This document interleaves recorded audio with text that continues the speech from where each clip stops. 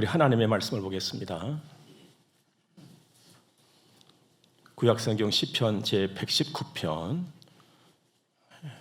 97절에서 112절까지 말씀을 보겠습니다.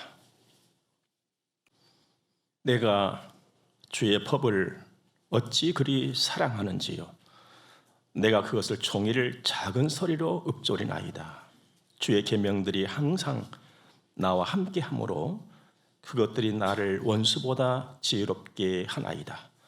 내가 주의 증거들을 늘 읊조림으로 나의 명철함이 나의 모든 스승보다 나으며 주의 법도들을 지킴으로 나의 명철함이 노인보다 나으니이다. 내가 주의 말씀을 지키려고 발을 금하여 모든 악한 길로 가지 아니하였사오며 주께서 나를 가르치셨으므로 내가 주의 규례들에서 떠나지 아니하였나이다. 주의 말씀의 맛이 내게 어찌 그리 단지요 내 입에 꿀보다 더 다니이다. 주의 법도들로 말미암아 내가 명철하게 되었으므로 모든 거짓 행위를 미워하나이다. 주의 말씀은 내 발의 등이요 내 길의 빛이니이다. 주의 의로운 규례들을 지키기로 맹세하고 굳게 정하였나이다. 나의 고난이 매우 심하오니 여호와여 주의 말씀대로 나를 살아나게 하소서. 여호와여 구하오니 내 입이 드리는 자원 제물을 받으시고 주의 공의를 내게 가르치소서. 나의 생명이 항상 위기에 있사오나 나는 주의 법을 잊지 아니하니이다. 악인들이 나를 해하려고 올무를 놓았사오나 나는 주의 법도들에서 떠나지 아니하였나이다. 주의 증거들로 내가 영원히 나의 기업을 삼았사오니 이는 내 마음의 즐거움이 됨이니이다. 내가 주의 율례들을 영원히 행하려고 내 마음을 기울였나이다. 아멘. 올해가 2000하고도 19년이었지요. 12달을 우리가 받았었는데 주일로서는 오늘이 마지막 주일이 되어지고 이제 월요일, 화요일 이틀이 남았습니다. 첫날, 또 첫 달, 또 첫 만남, 첫 사랑, 이렇게 처음, 그 처음에는 설렘이 있지요. 그리고 기대가 있습니다. 그런데 마침 또 마지막 끝물 하다 보면 뭔가 좀 아쉽고 또 왠지 자꾸만 뒤가 돌아다 봐지고 좀 서운하기도 하고 어떻게 보면은 좀 허전하기도 하고 그래서 후회스러운 그런 일들도 생각이 나기도 하고요. 좀 과한 표현이 될지 모르겠습니다만은 만감이 교차 이런 것들이 느껴지게 됩니다. 하지만 만날 수밖에 없고 또 우리가 만나야 되고 받아들여야만 하는 그 끝, 그 마지막, 오늘 마지막 주일 예배를 준비하면서 부족한 내 자신을 깊이 한번 돌아보게 됐습니다. 그러면서 여러분들도 다 잘 아시리라 생각합니다만은 오헬리라고 하는 작가가 쓴 마지막 입새라는 책을 한번 좀 훑어보았습니다. 조안나라고 하는 소녀가 병이 들어서 투병중에 있었지요. 그녀의 눈에는 커튼을 걷고 창 밖을 바라다 보면은 나무 이파리들이 보였고 그 가운데서도 한계가 유난히 그녀의 눈에 들어오게 되었던 것이죠. 근데 그 소녀는 그 낙엽이 하나씩 하나씩 떨어져 나가는 것이 꼭 자기 생명과 연관이 되어 있는 것처럼 느껴지기 시작했습니다. 그러면서 하나 둘 떨어져 나가는 그 이파리를 보면서 내 생명도 저렇게 꺼져가고 있는 것은 아닌가 했던 것이죠. 이 소식을 누군가가 듣습니다. 그가 누구냐 하면은 옆집에 살고 있었던 베르만이라고 하는 화가였어요. 그 화가가 그래? 그럼 내가 저 이파리 한 개를 잘 그려서 저 소녀를 한번 살려봐야 되겠구나, 이런 생각을 하지요. 그래서 그 여녀의 눈에 쏙 들어왔던 그 잎새와 똑같은 그림을 심혈을 기울여서 이제 그리기 시작합니다. 드디어 완성이 되어지고 갖다 걸지요. 소녀는 여전히 찾아온 아침에 또 커튼을 열고 창밖을 내다보는데 그 이파리가 있는 거예요. 오늘도, 그리고 내일도, 늘. 소녀는 아직 떨어지지 않는 그 마지막 잎새를 보면서 용기를 얻고 소망을 얻어서 다시 건강을 찾았다고 하는 아름다운 이야기입니다. 그 이야기를 훑어보면서 그 마지막 잎새, 떨어지지 않는 그 마지막 잎새가 나에게도 있을까? 그런 생각을 해보았어요. 여러분, 우리에게도 떨어지지 않을 그 마지막 한 개 이파리, 그게 있을까요?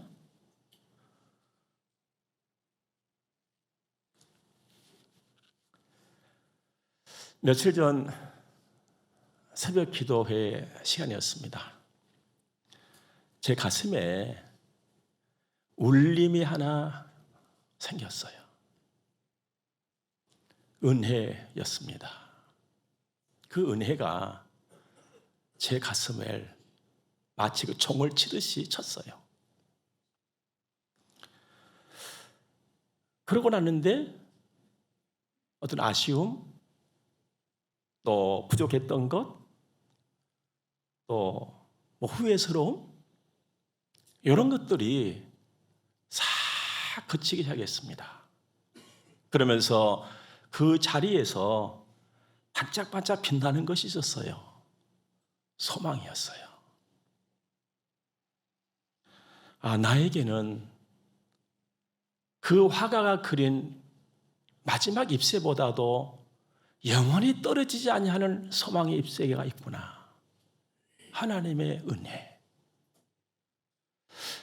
내가 여지껏 달려온 것이 그때 순간을 돌아볼 때는 아쉬움도 되고, 또 못한 것에 대한 내가 왜 그랬을까 하는 생각도 들었지만, 하나님께서는 그 순간에도 나에게 소망을 주셨고, 지나온 아쉬웠던 그 순간에도 소망을 가지고 살아오도록 역사를 하셨더라는 것입니다.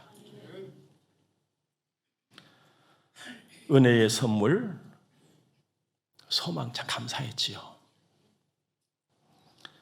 그 은혜는 적어도 두 개였어요. 하나는 우리 서로가 나눈 은혜였고, 또 하나는 하나님의 은혜였습니다. 여러분, 한번 주변을 생각하면서 스스로 한번 돌아봐 보세요. 우리 얼마나 열심히 살아왔습니까? 말없이 서로를 격려하면서. 세상의 많은 사람들보다도 우리 성문 가족들 정말 힘써 살아왔지요.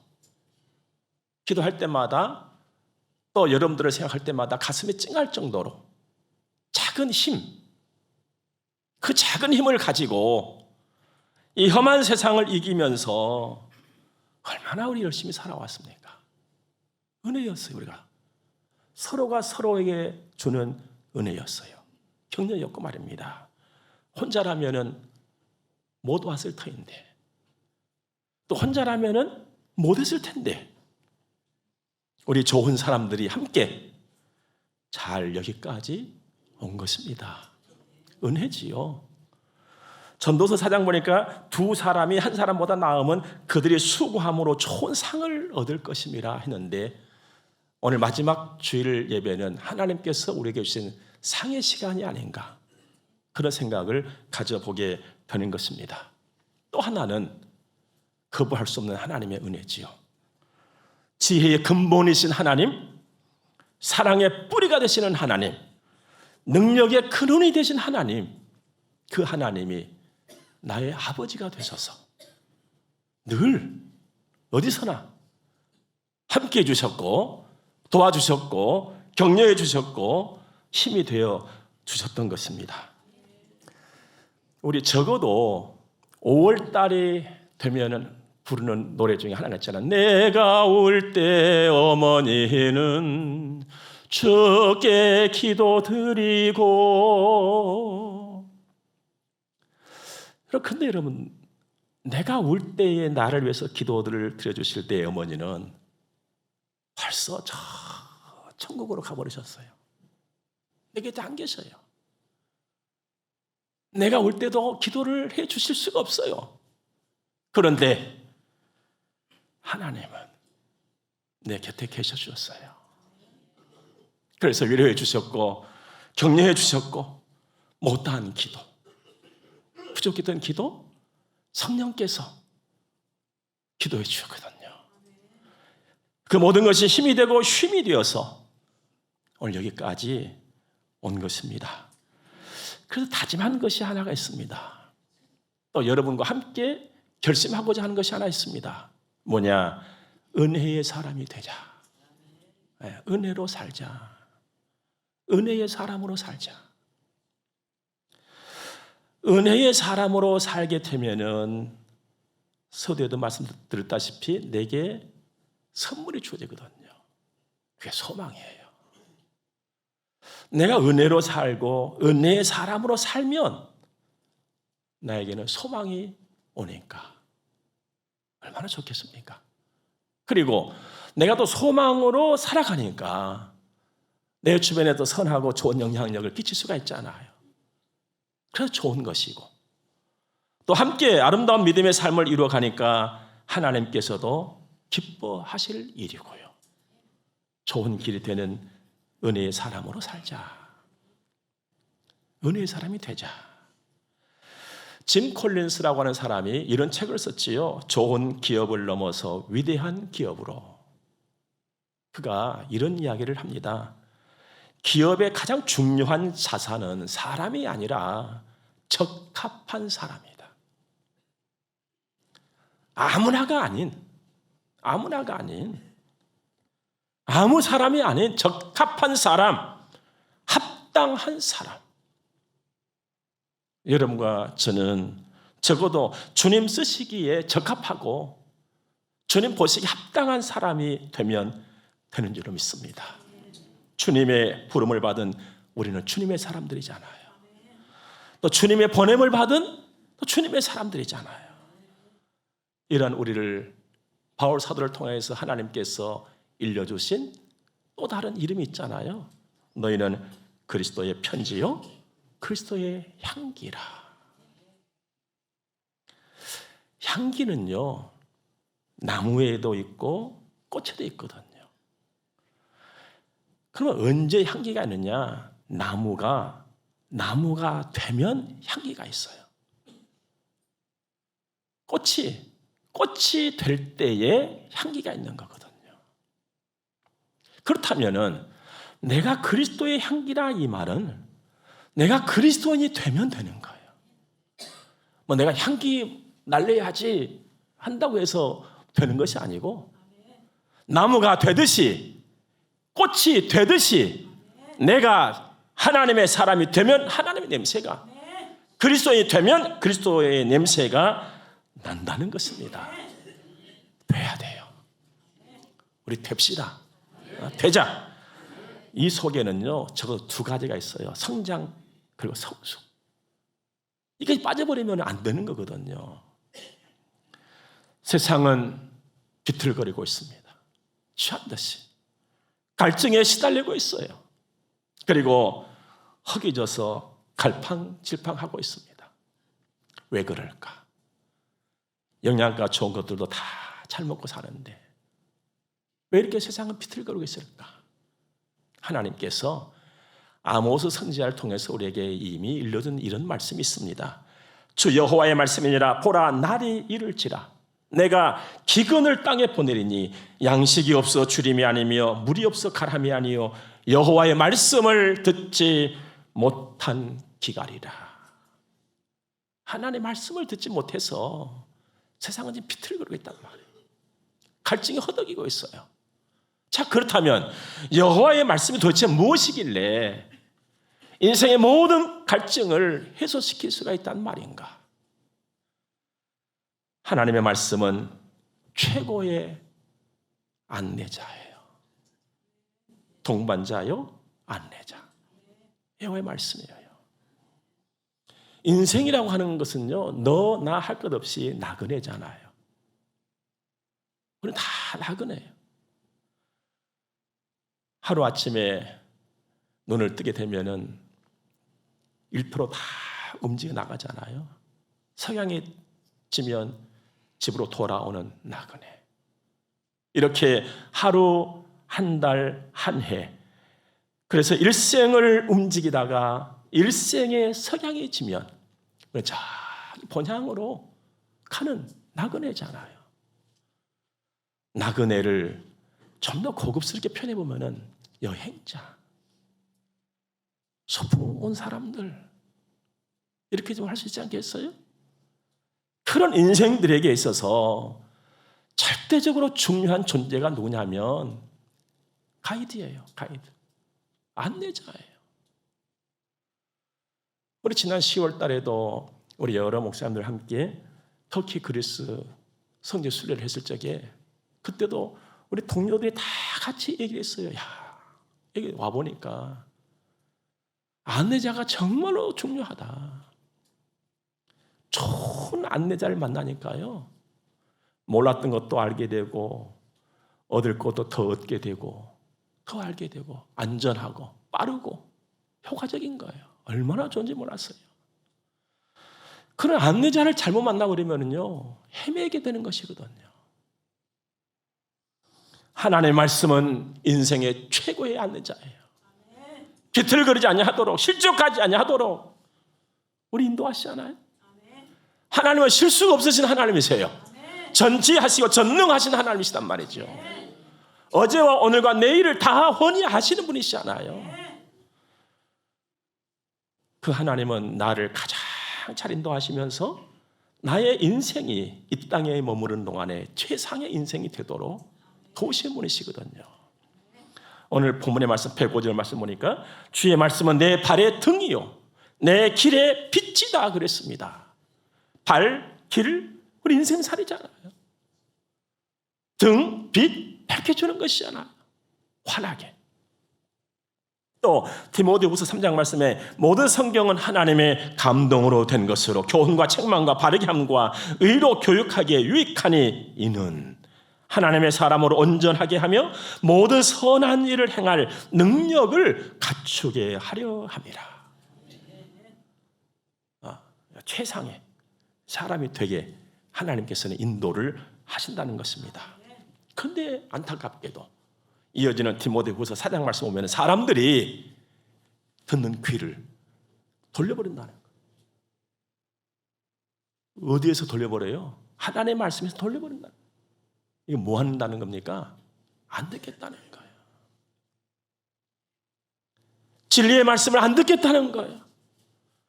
하나님의 말씀을 안 듣겠다는 거예요. 그럼 돌려버린 그 귀를 어디다 두느냐? 허탄한 이야기를 듣는데 실속 없는 일들, 영양가 없는 세상에 귀를 기울인다는 거예요. 최고의 안내자가 되신 하나님의 말씀에 귀를 기울이는 것이 아니라 돌려버린다는 거예요. 그리고 자기 마음에 듣는 말들만 듣는 것이죠. 어느 동네 말인지 모르겠습니다만 실답지 않은 말만 듣는 걸 좋아하는 거예요. 그래서 세상은 섞고 속이면서 비틀거리고 있는 것입니다. 세상은 소란하는 것입니다. 무지한 동네가 어딘 줄 아십니까? 목소리 큰 놈이 이기는 곳이에요. 세상이잖아요. 이런 현상, 이런 상황을 바로 잡아줄 수 있는 자가 누구겠습니까? 하나님의 말씀을 듣고 사는 성도요, 교회인 줄로 믿습니다. 그래서 이 땅의 소망은 교회라는 거예요. 나란 말이에요. 하나님 말씀을 사랑하는 우리들, 하나님 말씀을 사랑하는 우리 교회 온전히 이루어가야 할 줄로 믿습니다. 두 번째로 여호와의 말씀은요, 지혜의 샘이에요. 샘은 물이 솟아나는 곳이잖아요. 좋은 샘은요, 겨울에는 뜨뜻한 물이 올라와요. 여름에는 시원한 물이 막 솟아오르잖아요. 샘물이 솟는다, 퐁퐁퐁. 지혜가 그렇게 솟아나는 곳이 여호와의 말씀이에요. 그래서 오늘 시인이 97절에부터 쭉 고백하잖아요. 막 주의 말씀을 내가 따름으로 노인보다도 명철해지고 막 스승보다도 더 막 지혜로워지고. 그런데 지혜 중에 지혜는 내 마음과 내 발걸음이 항상 하나님을 향하도록 인도를 한단 말이에요. 그래서 지혜의 원천인 여호와의 말씀을 따라서 가다 보니까 가서 보니까 복인 거예요. 따라가서 보니까 복인 거예요. 시편 1편에서 가르쳐주고 있잖아요. 복 있는 사람은 여호와의 율법을 즐거워하며 주야로 묵상하는 자로다. 그는 시냇가에 심은 나무가 철을 따라 열매를 맺으며 잎사귀가 마르지 아니함 같으니 모든 일이 다 형통하리로다. 그래서 지혜의 샘 그 원천이 되어지는 하나님의 말씀을 쫓아서 가는 사람은 가보니까 웅덩이가 있는데 복의 웅덩이라요. 만나고 보니까 인생의 살맛이 느껴지는 거예요. 재미가 있어요.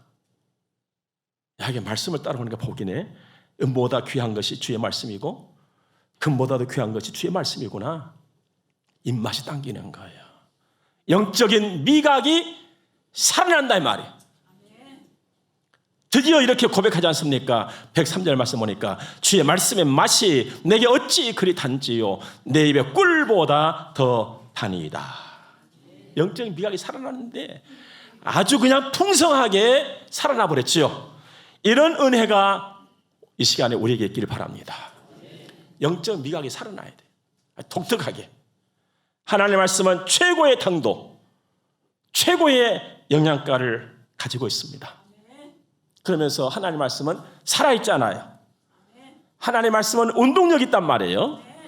그래서 나의 인생을 아주 든든하게 뒷받침하시기에 조금도 부족함이 없습니다.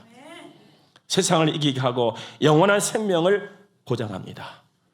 예수님께서는 이 말씀을 우리가 먹는 밥에다가 비유를 했잖아요.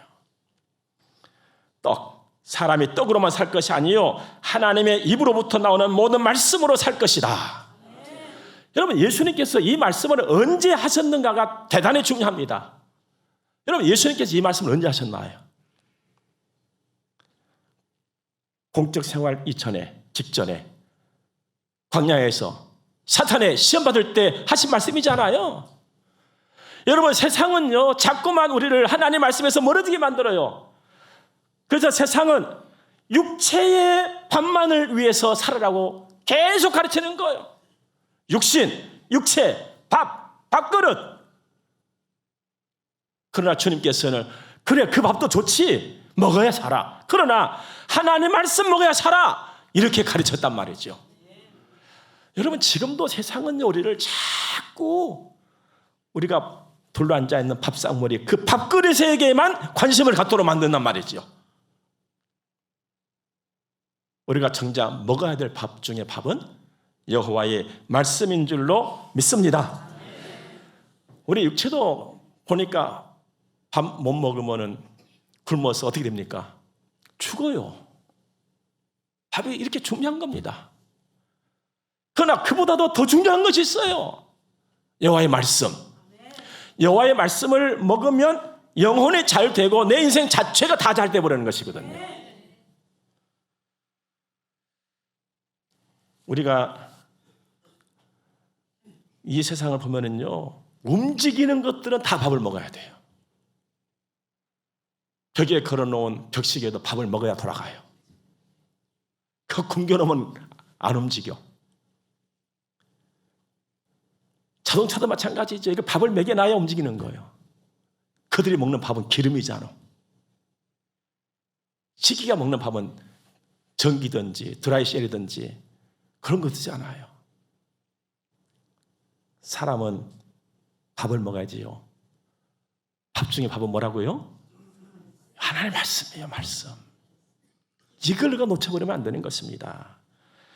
살면서 제가 터득한 것이 있습니다. 사람은 먹는 것이 해결되어야 힘을 쓰더라. 먹는 것이 해결이 안 되면 힘을 쓸 수가 없는 게 사람이에요. 금강산도 식후경. 좋은 거 있으면 뭐합니까? 배고파 죽겠는데, 눈이 흐려지는데, 헛것이 보이고 헛소리가 나오는데 뭘 하겠다는 거예요 도대체 여러분들. 먹어야지요.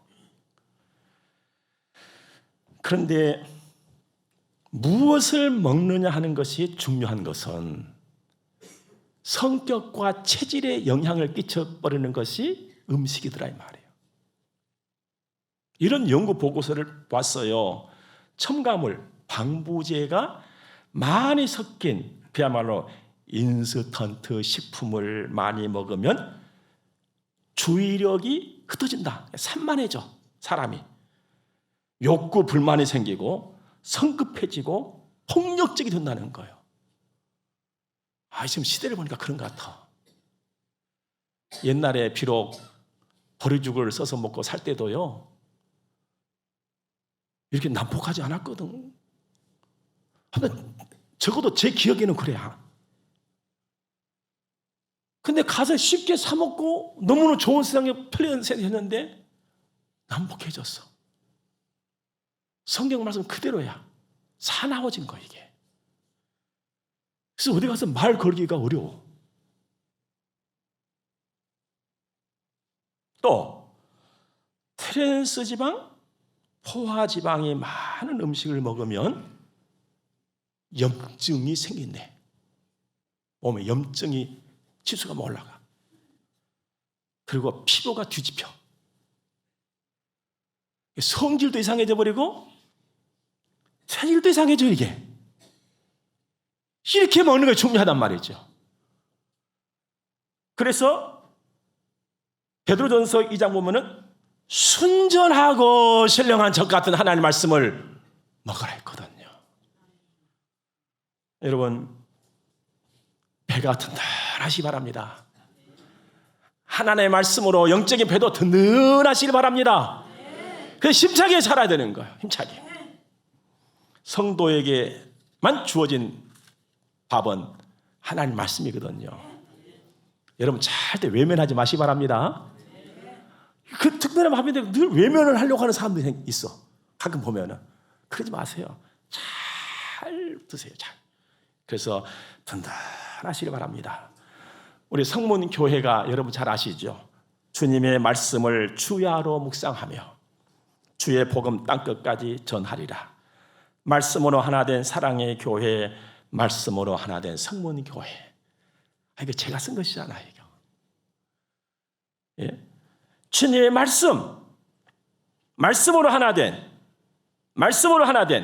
건강한 성도, 성문교회, 힘 있는 성도, 성문교회, 성격 좋은 성도, 성문교회, 충성된 성도, 성문교회, 전도하는 성도, 성문교회, 늘 감사하는 사람들, 성문교회. 어떻게 해요? 배가 든든하거든. 사람은 배가 든든해야 성질도 좋아지는 거예요. 그래서 어느 정도로 살아가느냐? 내 앞에 다가오는 모든 고난을 다 이겨내버리는 거예요. 그냥 하나님의 말씀은 모든 고난을 다 이겨내면서 가게 해주십니다. 왜냐하면 하나님의 말씀은요 내 마음을 다 돌려줘요. 그리고 내 생각과 눈을 다 돌려줘요. 그래서 고난만 보게 하는 것이 아니라 고난을 보다가 눈을 들어서 하나님을 보게 만들어버려요. 이게 하나님은 영원한 소망이시잖아요. 그러니까 고난을 밟고 가버리는 거예요, 그냥. 이게 하나님의 말씀의 역사인 줄 믿으시기 바랍니다. 107절도 보니까 이렇게 말씀하고 있잖아요. 나의 고난이 매우 심하오니 여호와여 주의 말씀대로 나를 살아나게 하소서. 말씀 보면서 딛고 가버리는 거예요, 그냥. 머무르 서 있는 것이 아니라. 109절도 말씀 보니까 나의 생명이 항상 위기에 있사오니 그러나 나는 주의 법을 잊지 아니하나이다. 여러분, 세상을 살면서 보니까요, 이 사고나 어떤 위험이라고 하는 것이 내 혼자서 잘한다고 늘 안전한 것은 아니더라, 이 말씀입니다. 그럼 몇 달 됐죠, 벌써. 제가 어디 갔다 오다가 신호등이 딱 빨간불이 켜져 있길래 건널목 직전에서 편안하게 딱 이제 서 있는데, 너들이 갑자기 와서 뒤에서 누가 쿵 한 거예요. 난 아무런 잘못이 없어요. 준비도 잘했거든요. 이게 세상살이에요. 여러분과 제가 살아가는 길은요, 오늘 말씀처럼 항상 위기요. 항상 위기예요. 항상 위기. 다만 우리는 너무 익숙해진 나머지 그냥 살아가는 것뿐인 거예요. 그래서 너무 익숙해져 버리면 안 되는 것입니다. 긴장이 풀려버리는 것이거든요. 하나님의 말씀은 고난 중에도 소망이 될 수 있는 유일한 힘인 줄로 믿습니다. 사실 하나님의 말씀 속에는 적어도 창조의 능력이 있잖아요. 그리고 회복과 소생의 능력이 있잖아요. 창세기 1장 보면 하나님께서 천지를 창조하실 때에 뭐라 하셨어요? 그냥 말씀만 하신 거예요. 하나님께서 이르시되, 하나님이 이르시되. 옛적의 성경에는 하나님이 가라사대. 말씀하시니까 있어버린 거예요. 새야 나오라 하는 새가 나와버린 것이. 꽃이 있으라는 꽃이 있어버린 것이잖아요. 물고기 나와버렸잖아요. 그것도 각기 종류대로 다 하늘, 땅, 공간, 하늘 위, 땅 속, 물 속, 다 하나님께서 말씀으로 만드셨잖아요. 창조의 능력인 줄로 믿습니다. 그리고 회복과 소생의 능력이 여호와의 말씀 속에는 있다 이 말입니다. 요한복음 11장을 보면 한 사람이 죽어요. 그 남자의 이름이 나사로야. 나 살 것 같았는데 나사로가 죽어버렸네. 그리고 장사 다 지냈어요. 죽으니 나흘이 돼버렸거든요. 그 예수님이 오신 거예요. 그 누이들과 함께 무덤 앞으로 가시잖아요. 그리고 예수님께서 느닷없이 하신 말씀이 뭡니까? 무덤을 열어라. 지금 우리나라 같이 땅에다가 매장을 하게 되면 뭐 포크레인이 가든지 괭이를 같이 가든지 해서 뭐 무덤 파죠. 그러면 저 미친 사람이라고 이제 날 나죠. 신문에 나오죠, 이제. 텔레비전에도 나오고. 근데 그 당시에 그 유대인들은 그 모든 지형이 석회질이에요. 그러니까 동굴들이 많거든요.